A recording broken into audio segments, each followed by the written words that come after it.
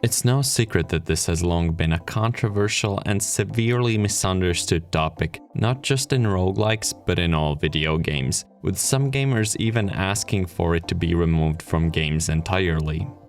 But enough about women. Randomness is a versatile tool that game designers employ to create surprising, unpredictable experiences. Randomness creates stuff that doesn't need to be handcrafted. Situations are generated on the spot with neither designer nor player having full control over them. It can eternally create fresh content that continues surprising the player. The limitless potential of randomness as a design tool is best observed in a genre of games called scoundrel similars, roguelikes. These games have randomized level design and randomized player progression, and when you die in a roguelike, your progress goes back to zero, only to be randomly determined again. Chance is at the very center of this genre's design. It's bursting at the bursts with randomness. Understanding the design of roguelikes means delving deep into the implications of such structural randomness. The lens of randomness allows us to analyze fundamental aspects of the genre and provides insights into the design of these games. In this video, I will explain how randomness can affect the player's experience, what the appeal of roguelike games is, and how to smartly design randomness in roguelikes.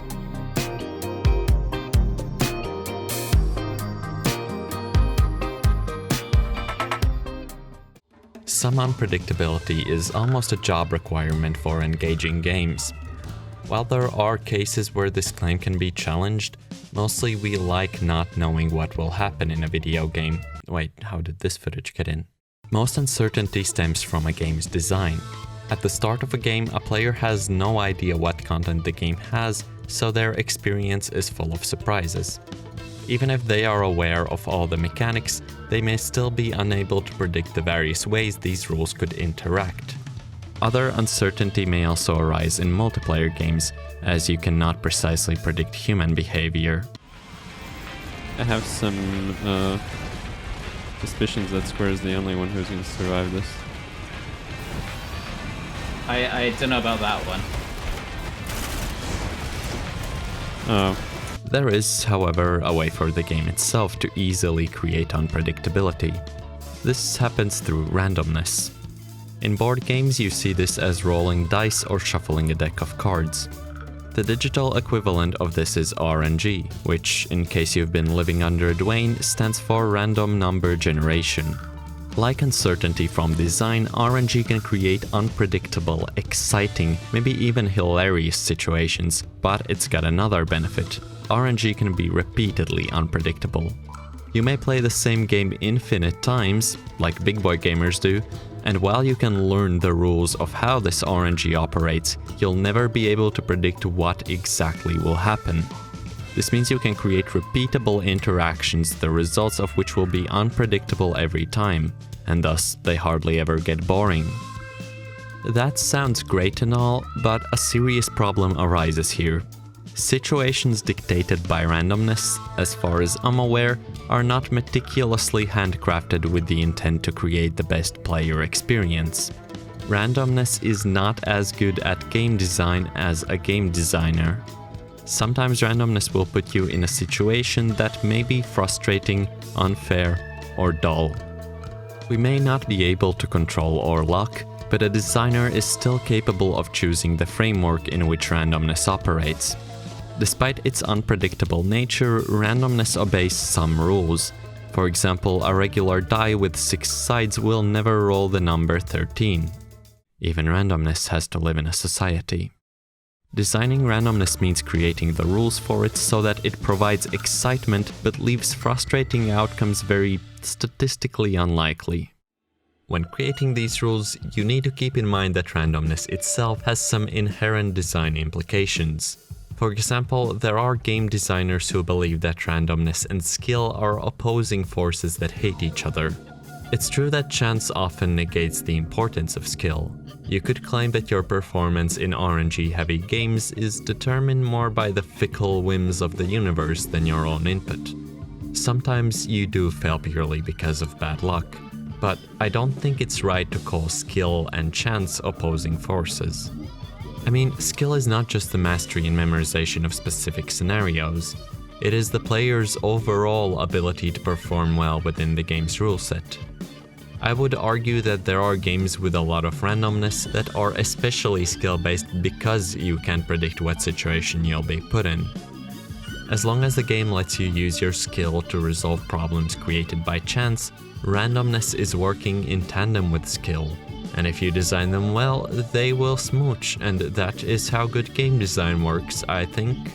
In games that combine these ideas effectively, you can only rely on mastery of the mechanics because there's no way to perfectly memorize the game. In fact, I'd say chance and skill aren't clashing ideas, even in games where they seem kind of at odds. I believe it's more accurate to say that in such cases, randomness is opposing player agency. Agency is, roughly speaking, the amount of control the player has. It's their ability to make informed decisions with predictable and meaningful outcomes.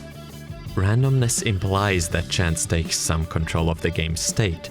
Decisions can't be fully informed and outcomes aren't as predictable, so the player's agency is decreased.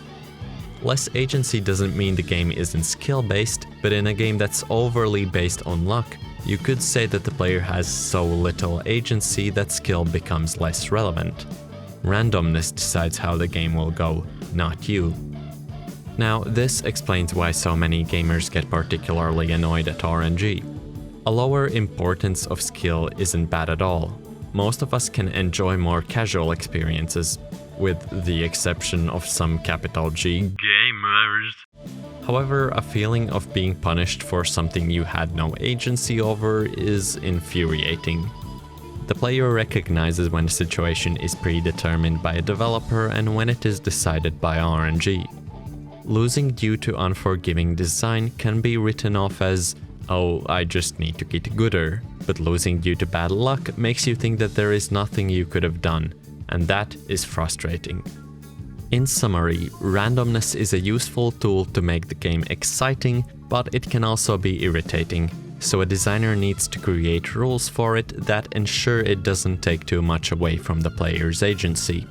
It's important to keep this in mind while delving into the design of roguelikes, considering that they're all about randomness.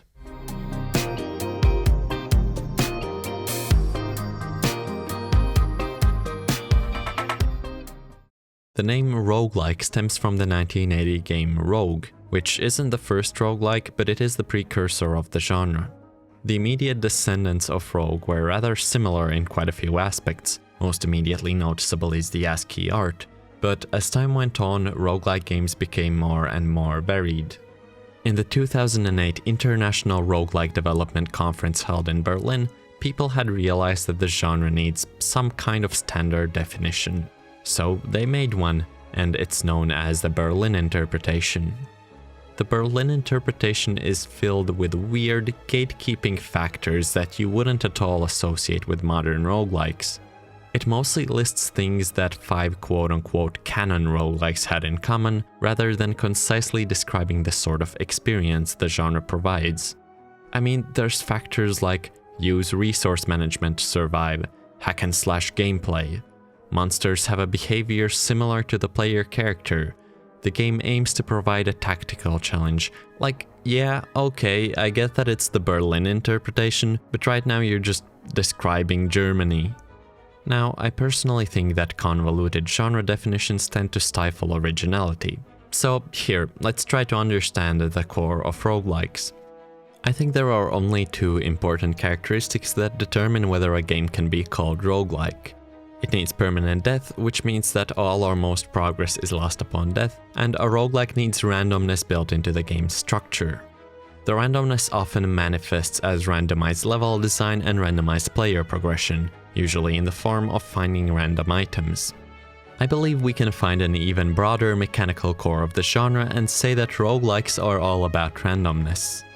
RNG decides the entire experience of a roguelike game, and permadeath exists to facilitate this randomness.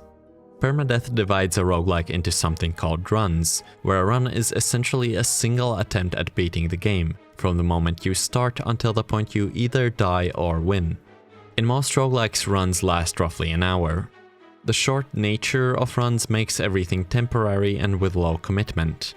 This is crucial because RNG will sometimes create a bad experience, and that's fine, because an hour later you'll be playing a completely different run. Permadeath allows RNG to be satisfyingly applied not just to moment-to-moment gameplay, but to the entire structure of a run. All this has some interesting implications. Firstly, a roguelike might be missing some characteristics considered to be essential and still be a roguelike simply by working with that central idea of randomness. The Risk of Rain games, for example, despite clearly being roguelikes, have comparatively little randomization in their level design, which many consider to be a key factor. There's an even bigger discourse surrounding the so-called roguelites, where some progress is kept between runs. I don't mind people using this word, but I personally don't distinguish between diet roguelikes and roguelikes as God intended them. There are some interesting design implications in permanent progression, but all roguelikes work with the central idea of randomness and are structurally similar, so I think making a subgenre is kind of arbitrary.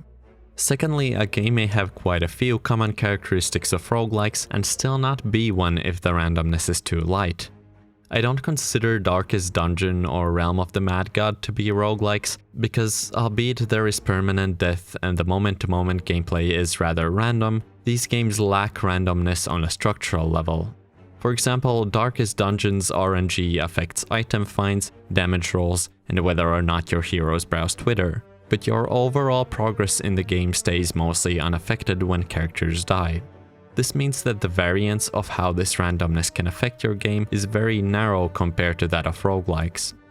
You might think that Darkest Dungeon is a roguelike, so before you try to challenge my definition in court or something, yeah, feel free to think that. Mine is not a perfect understanding of the genre, but it's insightful from a design perspective and certainly much better than Germany over here.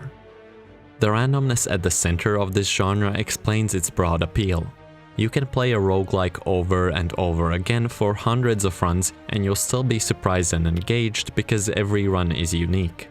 You gain a literacy of the framework in which this randomness operates, but the runs themselves are unpredictable. For example, you may learn what every item in the game does, but the combination of items you get in every run is different. This means that most roguelikes can be played for a very, very long time until they get boring. The randomness is constantly creating more good content. So this genre can be refreshingly unpredictable and keep you on your toes, but that unpredictability, when designed well, doesn't lead to frustration. In fact, some roguelikes suffer from not being random enough. A good roguelike needs to be unhinged, otherwise it can get stale quickly. If a roguelike doesn't vary the items and levels enough, runs start becoming too similar and it becomes more like an RPG without checkpoints. This need for strong randomness conflicts with the less random elements of the game. The player will often face obstacles that remain similar between runs, but the player's power is extremely varying. This is where chance can strongly conflict with agency. What happens when randomness gives you too many bad items in a row, or vice versa? What happens when the player is overpowered?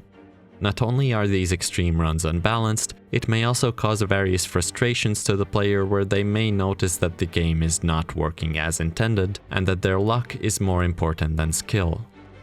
To recap, roguelikes are games all about randomness. They combine randomized progression and level design with permadeath that facilitates this randomness. These games are fun because they're extremely unpredictable and replayable. However, their need for strong randomness can also cause various frustrations. A roguelike needs chaotic RNG or it becomes stale, but if the RNG is chaotic, then the game becomes wildly unbalanced. This is a design conflict that needs careful analysis.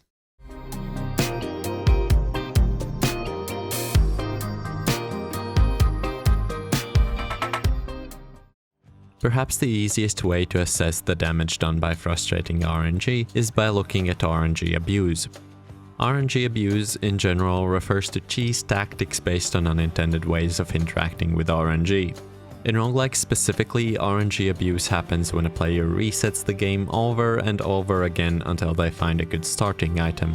So, for example, in The Binding of Isaac Rebirth, a lot of players, especially those who have played the game for a longer while, tend to reset the game again and again until the very first item they find is powerful enough to trivialize a significant part of the game. That is a very clear case of RNG abuse. If I had a nickel for every time I reset boring Isaac runs, I would still be broke. Obviously, RNG abuse is bad. Among other problems, pressing a reset button again and again is hardly riveting gameplay. The reason why I'm bringing it up in the first place is because it's a good litmus test for the sort of frustrations associated with RNG. In a game where players are satisfied with the experiences RNG provides, there is hardly any reason to abuse it. This whole broken approach of resetting over and over is not simply a result of players optimizing the fun out of their games, it's also players recognizing that they're not having a good time with their game, so they try to fix it by resorting to unintended tactics. This is where I find communication with roguelike players to be rather difficult. I have brought this topic up in discussions several times, especially when talking to Isaac fans, and the response that I always get is, well, RNG is a cruel mistress. I guess it sucks, but that's just something innate to roguelikes. And no, most popular roguelikes don't have BDSM relationships with their players. Analyzing why lets us find ways to fix this problem. I actually started studying the topic of randomness in roguelikes by coming up with various ways to solve RNG abuse, and then applying those methods to solve overall frustration with RNG. Trying to fix this specific problem is a lot more approachable than solving general dissatisfaction with randomness. RNG abuse is, after all, a very pure manifestation of annoying RNG. The players get miffed with their lack of agency, so they try to get it back. They're trying to control the same system that is taking away their control. So the worst thing you could do here, other than become a YouTuber, would be trying to fix the problem with a brute force solution that only further takes away the player's agency. Removing the option to quickly reset would only compound the problems of RNG abuse. It's like the game design equivalent of a syntax. Similarly, Isaac missed the whole point by nerfing the powerful items in Repentance, and same goes for Slay the Spire, which, although great at handling RNG, gives you a bonus only if you beat the first boss in your previous run. This is all like playing whack-a-mole with the results of frustrating systems, rather than making your systems less frustrating. Instead, you can start by finding the right core mechanics to increase the importance of player skill in the moment-to-moment gameplay. Roguelikes work well with very simple but deep mechanics. Games like Dead Cells make sure you can't rely on sheer luck because the gameplay still requires plenty of skill. More importantly, RNG abuse is easy to solve by lowering the importance of any one particular role. If each instance of randomness can entirely dictate how the run will play out, then obviously the players will have little to no control. So in summary, RNG abuse means breaking the game's random aspects to gain an unfair advantage. Solving this is also an easy way to fix overall frustrations players have with RNG. Brute force solutions don't do as well here as choosing deep core mechanics and lowering the impact of every random roll. Our big challenge now is finding a way to make each individual roll less impactful on the run's progression while still making them excitingly game-changing. Let's look at a few ways we can do that.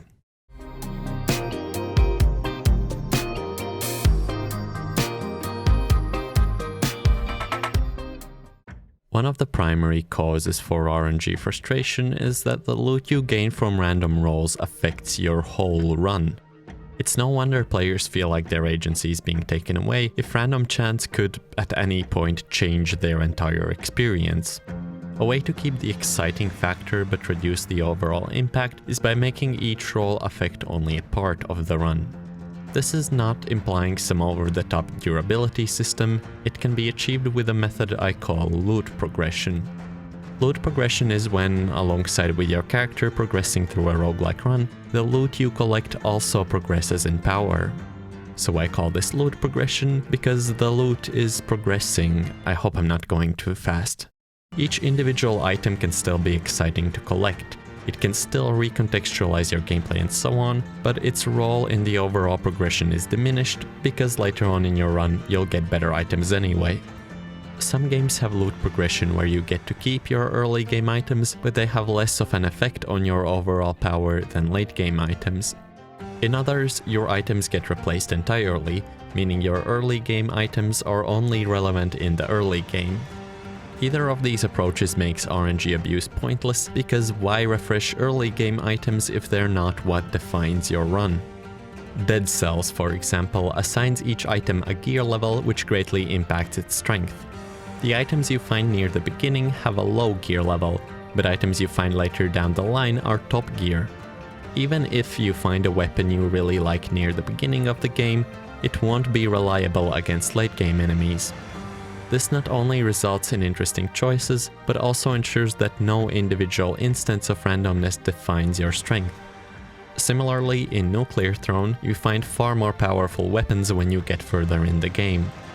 In Noita, the wands and spells you find later in the game are also significantly more powerful. And in Loop Hero, later loops have monsters dropping stronger items.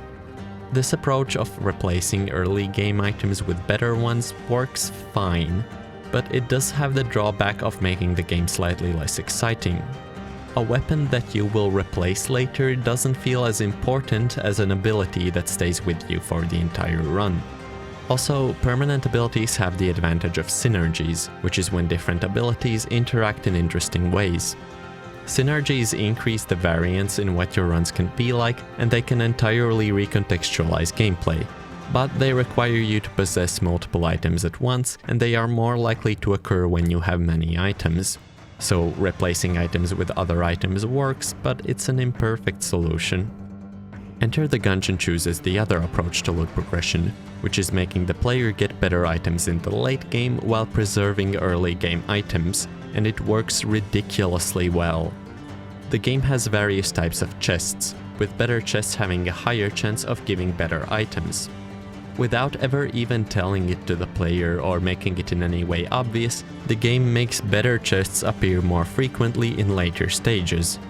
The early game is still important. I mean, that's where all this happens, but a majority of the workload for carrying you to victory is put on the late game. It's elegant, unnoticeable, and effective at reducing RNG frustration. Loot progression does a brilliant job at fixing RNG abuse, but it doesn't entirely fix the problem of irritating RNG. Simply because a rubbish early game doesn't matter much in the grand scheme of things, it doesn't mean that a rubbish early game is particularly fun. The lack of agency can also be felt when some late game roles dictate whether the player is able to push through to the end. The agency problems are still there, they're just postponed away from the early game to affect less of the run. A broader look at loot progression would be applying a similar philosophy not just to each individual run, but to the game overall. This happens when you use permanent progression. In roguelikes, this is when some progress is kept between runs, like the various permanent currencies in Hades, such as gems, juice, or forbidden juice. Permanent progression is a topic of debate in the genre. Posts focused on the definition of the term roguelike will be removed. Wow, I sure do wonder what happened here. Permanent progression does have its advantages and disadvantages, which I don't think I should cover because others have already done that. But something important about it is that it makes RNG significantly less frustrating. The player's main goal becomes making permanent progress instead of succeeding in a run, and this shift in the player's focus means they don't really care as much about frustrating RNG, because they're still getting closer to their primary goal. This is how games like Hades or Loop Hero get you hooked and not too frustrated at RNG. In short, loot progression is when loot you find later in a run is better than loot you find earlier. This makes the impact of each item more short-term, thus reducing RNG frustrations. This can work both by having players replace weaker items with stronger ones, or having them keep the weak items while finding more and more powerful loot. A similar effect is achieved by implementing permanent progression. Still, be it loot progression or permanent progression, I don't believe this method is enough to entirely fix annoying RNG. I would recommend using this in combination with other methods.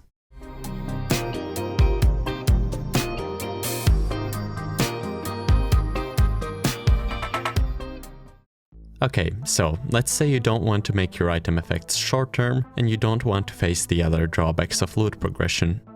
Another way to lessen the importance of any particular role is by having more roles. Fighting fire with fire often results in more fire and a really bad Noita run, but in this case it works surprisingly well, because increasing the amount of random rolls not only lessens the importance of any one particular role, but strangely enough it reduces the probability of having an unbalanced run. This seems counterintuitive, so let's explain it with a simple example. Dice. If you roll a single perfect die, the probability of landing on each number is exactly 1/6, or so I've been told. The chance of getting a 1 is just as high as the chance of landing on a 6, so having a single die roll determining the outcome of a game seems a bit extreme, as the probability of having a very powerful or a very weak roll is pretty high. Things get more interesting if you roll 2 dice. Because you can get a few sums in more different ways than you can get others, the probability is not the same for every outcome. In fact, if we graph this, we see that extreme outcomes are a lot less likely to occur than the most average ones. This is part of why so many board games utilize rolling multiple dice. If we take more and more dice, we see that the probability distribution gets pointier in the middle, and the extreme ends are less and less likely. In fact, this sort of curve is common in statistics and is often called the "shut up nerd." To an extent, this can be used in creating roguelikes. You see, we make a similar dice roll of sorts when the RNG is choosing randomized progression. The more times these rolls happen, the less likely are extreme runs. Basically, the more items a player gets, the less common are frustrations due to weird RNG. We see this in practice in the Risk of Spire games and Slay the Rain. In these games, random rolls are so common that a particularly good or a particularly bad run is highly unlikely, and each individual random roll is hardly ever frustrating.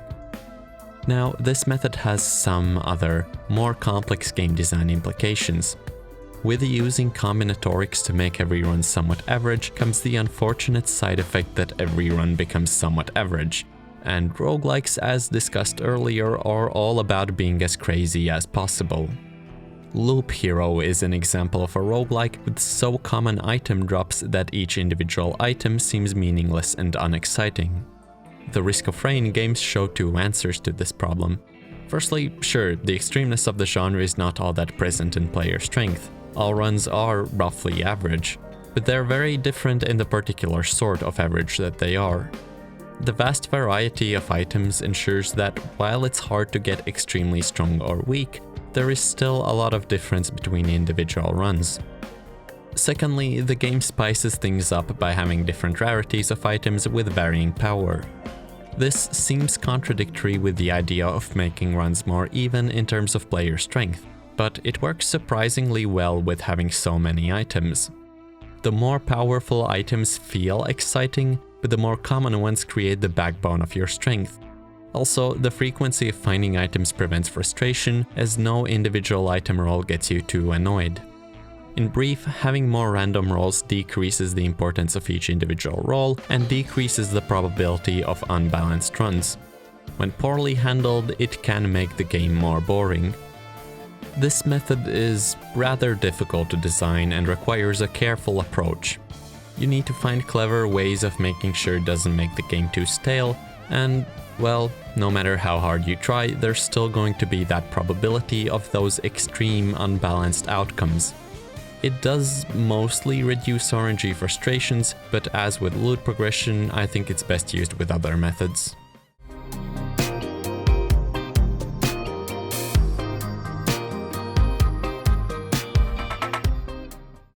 A great thing to take advantage of when designing RNG is that, unlike with dice rolls, the player doesn't actually need to see the process of creating randomness. This is useful because we can pull off all sorts of weird shenanigans behind the curtains. It's like politics, but with good intent. For example, games often flat out lie about the chances of something happening due to various biases and logical fallacies warping the player's perceptions. Some hidden messing around with the chances is actually useful for dealing with roguelikes as well. Perhaps instead of fiddling with parameters to improve the game, we may instead leave the game itself in charge of automatically finding the best experience. This sounds complicated, but it can be achieved somewhat simply by using feedback loops. In game design, feedback loops are mostly when success or failure affect the chance of future success or failure. For example, being low on health in Half-Life 2 will make more pickups spawn. Similarly, being behind other racers in Mario Kart will make Nintendo copyright strike your channel. So, in the context of randomness in roguelikes, we could decide that if the player has found too many weak items, we increase the chance of finding good items, and vice versa. Essentially, the further your player is straying from having a balanced run, the more we push them back to that balance. All this sounds stupid convoluted, and there's no way you'd explain all that to the player. So here's the best part, you don't have to. These feedback loops can happen behind the curtains, and the game will feel right, but nobody needs to know why it feels right. Admittedly, it's a hassle for the designers and developers, but it's perfectly elegant for the players. For example, you probably didn't know that Enter the Gungeon does this. It never says it out loud, it never brags about it, but there's a hidden stat in the game called Magnificence. To put it simply, the more good items you find, the higher your Magnificence, and the higher your Magnificence, the lower your chance to find good items. Every run is automatically balancing itself while you're playing, and you don't even know it. Truly magnificent. If Enter the Gungeon didn't do this, then the players would have a significant chance of having an extremely powerful run, which would then make all regular runs seem comparatively frustrating. They'd start to expect ridiculous strength and instead receive the game as it's supposed to be played. By having this system that is only supposed to rein in powerful runs, the game is preventing frustration in all runs. You should also probably implement a system that goes the other way and decreases the possibility of extremely bad runs, but Enter the Gungeon hardly needs that due to the aforementioned loot progression system already weeding out most weak runs. Perhaps some other roguelikes do this as well, but that's the thing, just like Notch's Dignity, this method is completely invisible, so you wouldn't know. So in summary, we use feedback loops to dynamically push the players towards a balanced run. All this can be elegantly invisible. Overall, this method is absolutely brilliant. These rules don't manifest as weird, complex ideas that the player has to awkwardly wrap their head around. Obviously it could be overdone, but it improves the roguelike's relationship with its own RNG significantly. Not every run will be perfect with well-made feedback loops, but the overall experience is greatly improved.